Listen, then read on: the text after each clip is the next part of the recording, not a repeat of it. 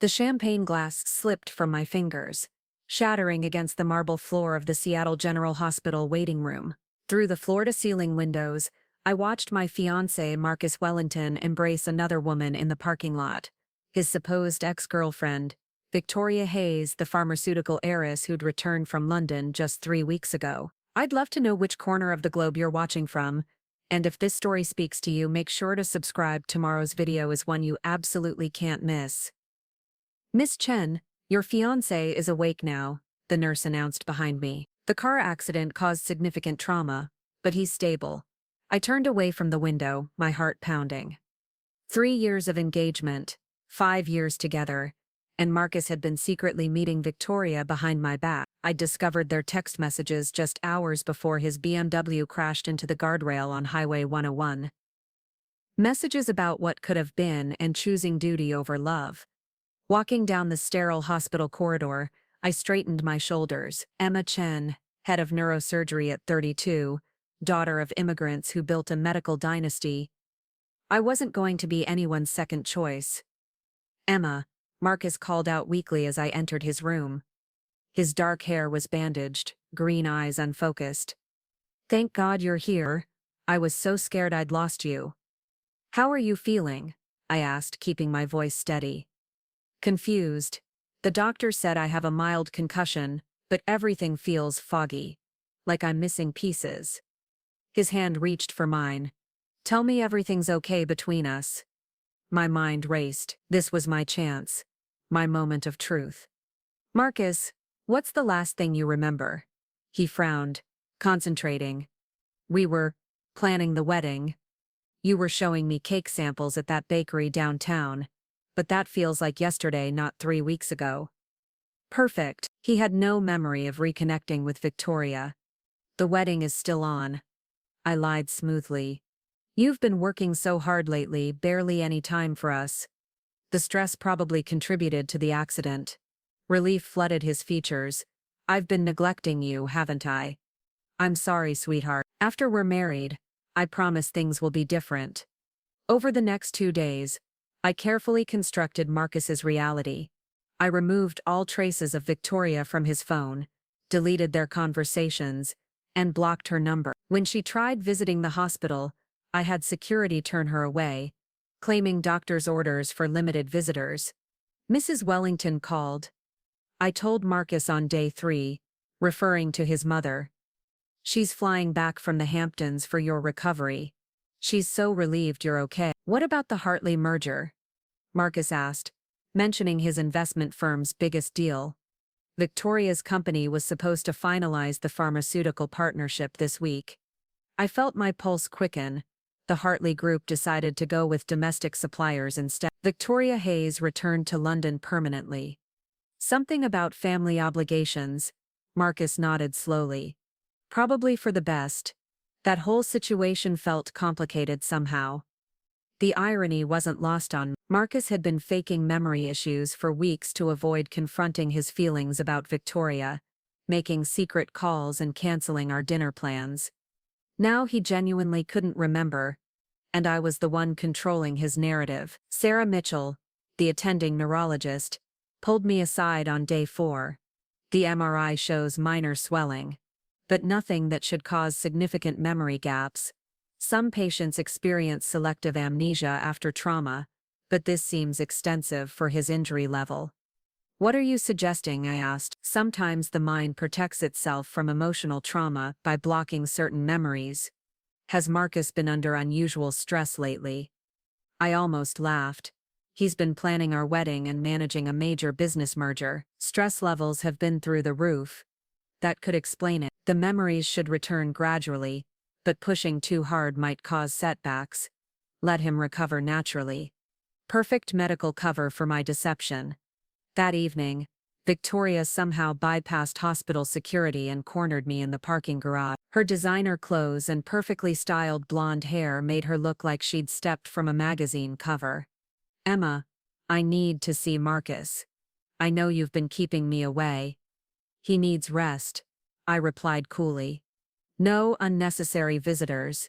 Unnecessary. Her blue eyes flashed. We've been trying to work things out. He was going to break your engagement.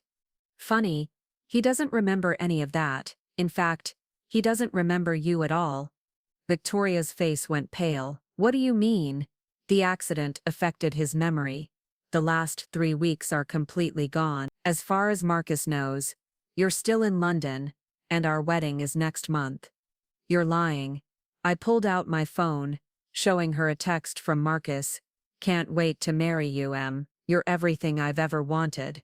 He sent this an hour ago. So tell me, Victoria, are you going to destroy a man's happiness by forcing him to remember something that clearly caused him so much pain he crashed his car, or are you going to let him heal? Victoria stared at the message, her hands trembling. This isn't over, Emma. Actually, it is. Marcus made his choice when he came back to me after his accident. He's been nothing but loving and attentive since he woke up. Maybe losing those memories was exactly what he needed. As Victoria walked away, I felt a mixture of triumph and guilt, but watching Marcus's genuine smile when I returned to his room, seeing him look at me the way he used to, like I was his entire world, I knew I'd made the right choice. The doctor says I can go home tomorrow, Marcus said, pulling me close. I can't wait to start our life together properly. No more distractions, no more work stress. Just us.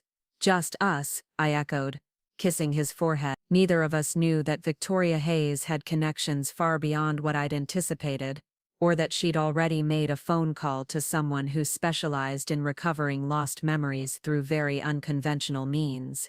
The game was just beginning. 2 weeks into Marcus's recovery, my carefully constructed world began showing cracks. He'd moved into my downtown Seattle penthouse, insisting we shouldn't waste time living separately before marriage. Every morning, he brought me coffee in bed, and talked about our future with an enthusiasm that made my chest tight with both joy and guilt. I scheduled the venue walkthrough for Saturday, Marcus said, scrolling through his laptop at the breakfast counter. The Fairmont Olymp. I know we toured it before, but I want to see it again with fresh eyes. I nearly choked on my orange juice. We'd never toured that venue. It was the one Victoria had suggested for their dream wedding during one of their secret conversations. I'd discovered. Actually, I was thinking somewhere more intimate, I said quickly. Maybe the botanical gardens. You always said you loved outdoor ceremonies. Marcus looked confused. Did I? That doesn't sound like me. I'm allergic to most flowering plants. Another lie I'd told him about his preferences. The deception was becoming impossible to track. My phone buzzed with a text from my surgical resident. Emergency consultation needed in trauma bay. Car accident victim. Potential brain injury. I have to go, I said, grabbing my keys. Surgery emergency. At the hospital, I found Dr. Mitchell waiting with a grim expression. Emma, we need to talk about Marcus's case. I've been reviewing his scans, and something's not adding up. What do you mean? The injury pattern doesn't match the type of memory loss he's experienced. Selective amnesia this precise usually requires either severe trauma to specific brain regions, or, she paused, or external intervention. External intervention. Has anyone contacted you about alternative treatments for Marcus? Before I could answer, my phone rang. Unknown number. Dr. Chen? This is Dr. Adrian Morse. I'm a neuropsychologist specializing in memory restoration. Victoria Hayes hired me to evaluate your fiancé's condition. My blood ran cold. I don't know what you're talking about. Ms. Hayes has documentation proving she and Marcus were in an active relationship. She believes his memory loss is being enhanced by external factors. I'd like to meet with you. That's completely inappropriate. Marcus is my patient and my fiancé. Dr. Chen, I've successfully restored memories in over 300 cases. If Marcus's amnesia is artificially maintained, I can reverse it. The question is whether you want to be part of the solution, or if you prefer I work around you. I hung up, hands shaking. Victoria wasn't giving up. She was escalating.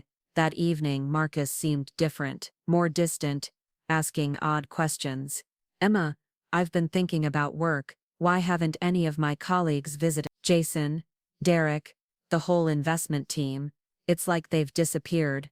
A lot of love and effort went into bringing this story to life. If you're enjoying it, We'd be so grateful if you'd subscribe to our channel. Now back to where we left off. I'd been intercepting calls and messages, claiming he needed complete rest. The doctor recommended minimal stress, work can wait.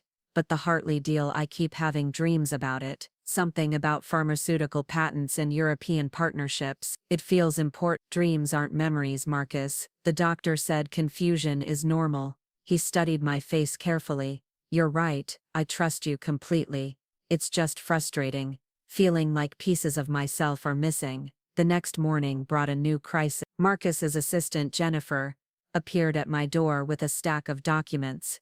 Dr. Chen, I'm sorry to bother you, but Marcus missed 3 critical meetings this week. The Hartley Group is threatening to pull out entirely, and Victoria Hayes has been calling non-stop. She says it's urgent. Marcus appeared behind me, fully dressed in his business suit. Jennifer, what's going on? Mr. Wellington, thank God you're okay. We've been trying to reach you for days. The Hayes pharmaceutical merger. I'll handle this, I interrupted. Marcus is still recovering. But Marcus was already taking the documents, his business instincts kicking in. Hayes Pharmaceutical. Why does that name sound familiar? It's Victoria Hayes's company, Jennifer said innocently. Your ex-girlfriend, she's been desperate to finalize the partnership terms you two negotiate. The color drained from Marcus's face. Victoria is, what? She's been in Seattle for weeks, Jennifer continued, oblivious to the bomb she'd just dropped. Didn't you tell Dr. Chen about the complications with your relationship? The whole reason you've been so stressed. I watched my carefully constructed reality crumble in real time. What relationship? Marcus's voice was barely a whisper. Jennifer looked between us, finally sensing the tension. Oh God, was I not supposed to say anything? I thought Dr. Chen knew about. You should go, I said firmly. Marcus needs rest. But Marcus was already pulling out his phone, scrolling through contacts. His face changed as he found Victoria's blocked number, unblocked it, and saw the dozens of missed calls and messages. Emma, his voice was cold, controlled. What did you do? Marcus, let me explain. The last message from Victoria was from 3 weeks ago, the day before my accident. She's asking if I've told you yet about our decision. My heart pounded. You were confused after the accident. I was protecting you. Protecting me. From what? The truth. He was reading through the message history, his face growing paler. She says here that I was planning to call off our engagement, that we were going to tell you together after the merger was finalized. You chose me, I said desperately. After the accident, you chose. You said I was everything you ever wanted, because I didn't remember her. Marcus exploded. Because you made sure I didn't remember. He called Victoria immediately. I listened to his side of the conversation, each word like a dagger. Victoria, it's Marcus. Yes, I remember now. No, Emma didn't tell me. You'd been trying to reach me. I'm so sorry. Yes, we need to talk. When he hung up, his eyes were full of a pain I'd never seen before. She's been staying at the Westin, waiting for me to remember. She hired a specialist to help restore my memory, because she thought something was wrong. She never gave up on us. And what about me? I whispered. What about our 5 years together? What about them? And you've spent 2 weeks lying to me, manipulating my recovery, keeping me from someone I love. How is that different from what you're accusing me of? The apartment felt like it was closing in around me. Because I fought for us. I didn't just run away when things got complicated. You didn't fight for us, Marcus said quietly. You fought against the truth. There's a difference. He walked toward the door, then turned back. Victoria will be here in an hour. I think you should be gone when she arrives. As the door closed behind him, I sank onto the couch, staring at the engagement ring still on my finger. I'd thought I was winning by controlling Marcus's memories, but I'd actually lost the moment I decided his truth wasn't worth fighting for. Honestly. My phone rang. Dr. Morse again. Dr. Chen, I understand Marcus has recovered his memories naturally. Victoria would like to schedule a meeting with all 3 of you tomorrow to discuss the situation moving forward. Why would I agree to that? Because, Chen, there are some things about this case that none of you understand yet. Things that suggest Marcus's original amnesia before the accident wasn't as natural as everyone believed. The line went dead, leaving me with a chilling realization. Maybe I wasn't the only one who'd been playing with Marcus's memories. The meeting took place in Dr. Morse's downtown office, a sleek space with floor-to-ceiling bookshelves and uncomfortable modern furniture. I sat across from Marcus and Victoria, feeling like I was on trial. Victoria looked effortlessly elegant in her cream blazer, while Marcus avoided eye contact entirely. Dr. Morse spread a series of brain scans across his desk. Before we address recent events, I need to show you something that changes everything we thought we knew about this case. He pointed to a scan dated 6 months ago. These are Marcus's brain images from a routine executive physical. Notice the unusual activity in the hippocampus and prefrontal cortex areas associated with memory formation and emotional processing.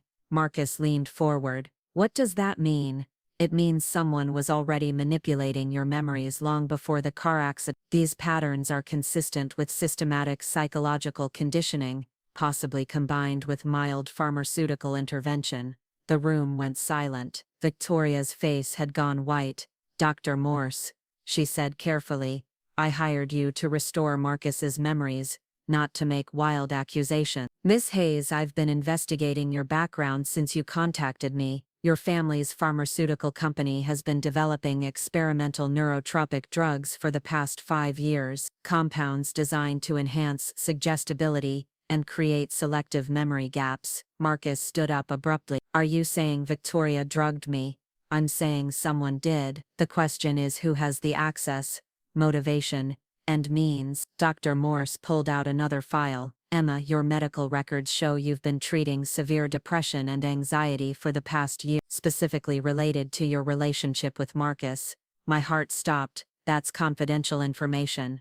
You waived confidentiality when you manipulated a patient's recovery. I've also discovered that you've been in contact with Victoria's research team for months, requesting information about memory affecting medications. Victoria turned to stare at me. You knew about the drugs. I was researching them, I admitted, for a patient with PTSD. I never. Your patient records show no PTSD cases in the past year, Dr. Morse interrupted, but your browser history shows extensive research into temporary amnesia induction, memory suppression techniques, and pharmaceutical memory blockers. Marcus's voice was deadly quiet. Emma, what did you do? The truth poured out like poison. I found the pills in your briefcase 6 months ago, unmarked bottles from Victoria's company. I thought she was drugging you to make you leave me, so I replaced them with Pleep. I wanted to see if you'd still choose her without chemical influence. You stopped my medication. Marcus's face went ashen. Emma, those weren't for memory suppression, they were experimental antidepressants. I've been struggling with severe depression since my father died. Victoria was helping me access cutting-edge treatment, because American medications weren't working. The room spun around me. What? Victoria's voice was soft, broken. Marcus asked me to help him find alternatives when his depression got so bad he couldn't function. My company's research division was developing neuroplasticity enhancers, drugs that help rebuild neural pathways damaged by chronic depression. He's been taking them for months, but the memory issues were a side effect we were monitoring, Dr. Morse explained. The medication can cause temporary memory formation problems, while the brain rewires itself. That's why Marcus started forgetting conversations, missing appointments, and seeming distant. His brain was literally healing. Marcus sat down heavily. So when I stopped taking them suddenly, your depression came roaring back, but now your brain was partially rewired. You started having severe mood swings, confusion, and yes, memory problems. The stress of going off medication abruptly, combined with your guilt about hiding your mental health from Emma, caused you to dissociate from recent traumatic memories. I felt sick. The stress I thought was about Victoria was about me trying to figure out how to tell you I'd been secretly treating my depression, Marcus said quietly. I was ashamed. I thought you'd see me as weak, broken, a surgeon dating a man who couldn't even get out of bed some mornings. Victoria wiped tears from her eyes. When Marcus told me he was going to confess everything to you the night of the accident, I was relieved. I hated being part of the secret. I pushed him to tell you the truth because I knew you loved him enough to understand, but then he crashed. I whispered. because he was driving while having a panic attack about the conversation, Dr. Morse said. His brain was already compromised from stopping the medication. The accident trauma, combined with the existing neurochemical imbalance, created perfect conditions for selective amnesia. Marcus looked at me with something I'd never seen before: pity. So while I was lying in that hospital bed confused and vulnerable, you saw an opportunity to rewrite our history, to erase Victoria, to erase my depression, to create a version of me that fit your perfect life. I thought you were leaving me for her. You thought wrong, Victoria said firmly. I've been in love with someone else for 2 years. Marcus knew that. I was helping him as a friend, nothing more. My pharmaceutical connection was professional courtesy, not romantic manipulation. The final piece clicked into place. Then why all the secretive meetings? Because mental health treatment still carries stigma in corporate circles, Marcus said. The board of directors would have forced me out if they knew their lead investment manager was taking experimental psych medications. Victoria was helping me navigate the treatment discreetly. Dr. Morse closed the file. Emma, you systematically destroyed evidence of your fiancé's medical treatment, replaced his medication with placebos, then exploited his resulting mental health crisis to manipulate his reality. From a legal standpoint, this constitutes medical malpractice, patient abuse, and possibly assault. I was trying to save our relationship. You were trying to control it, Marcus said, just like you controlled my recovery, my memories, my contact with the outside world. Emma, the man you fell in love with was already gone. Not because of Victoria but because I was sick. The medication was bringing me back to myself. You just couldn't accept that the real me might make choices you didn't like. Victoria stood up. Marcus, the research team needs to restart your treatment immediately. Going this long without the medication could cause permanent neural damage. Will he get his memories back? I asked. Dr. Morse nodded. Most likely. Yes, but the bigger question is whether he'll want to remember this period at all. Marcus looked at me one final time. Emma, I need you to understand the version of me that existed during our engagement. The distant, forgetful, anxious version. That wasn't me hiding my love for Victoria. That was me slowly losing myself to depression, while trying to protect you from seeing how broken I was. I could have helped you. You could have if you'd chosen trust over control. Instead, you saw my illness as a threat to be eliminated rather than a challenge we could face together. 6 months later, I received an invitation to Marcus and Victoria's engagement party, not their wedding. They'd discovered their relationship had evolved beyond friendship during his recovery process. The invitation included a handwritten note from Marcus. Emma, I'm writing this with a clear mind for the first time in over a year. The medication is working, my memories have returned, and I'm finally the person I was meant to be. I don't hate you for what you did. I understand it came from love and fear, but I hope you understand why I can't forgive it. You taught me that love without trust isn't love at all. Thank you for that lesson. Even though it came at such a high cost, I hope you find someone who inspires you to choose truth over control. Marcus, I didn't attend the party. Instead, I started therapy with Dr. Morse, working through my own need to control rather than trust. It turned out that my fear of abandonment had driven me to become the very thing I was afraid of, someone who would leave when faced with inconvenient truth. The story I thought was about my fiancé choosing his ex over me was actually about a sick man trying to get well, and me choosing comfortable lies over difficult love. Sometimes the memory we need to lose isn't our partner's, it's our own false narrative about who we think we're supposed to be. Looking for more? We've got 2 amazing stories ready for you right on screen. If this one touched you, these are absolutely worth your time. Click to watch them now, and hey, subscribe and hit that bell to never miss our latest upload.